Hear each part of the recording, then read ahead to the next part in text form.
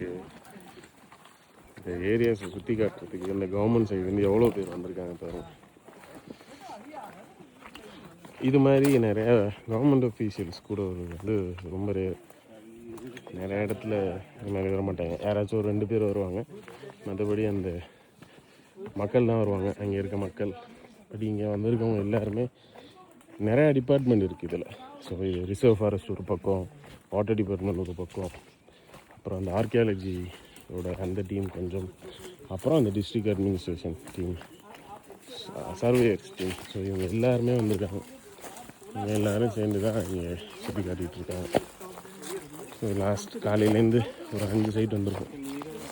So யானை விட்ட போட்டிருக்காப்புல.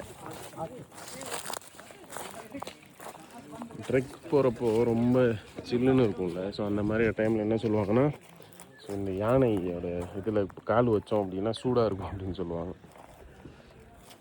எத்தனை பேர் இந்த மாதிரி பண்ணியிருக்கீங்கன்னு சொல்லுங்கள் பார்க்கலாம். நான் பண்ணியிருக்கேன்ப்பா.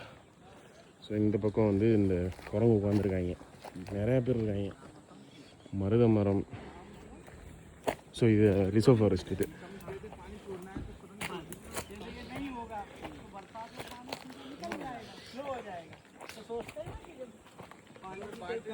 இந்த சைடு தான் இந்த சர்ப்ளஸ் வாட்டர் ஓடுற இடம்.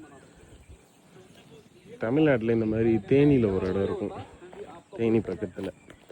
அப்புறம் இந்த அவனிவன் படம் கூட எடுத்திருப்பாங்க, அந்த இடமும் இது மாதிரி தான் இருக்கும். ஃபுல்லாக மருத மரம், காட்டுக்குள்ளே இந்த மாதிரி தண்ணி போயிட்டுருக்கும்.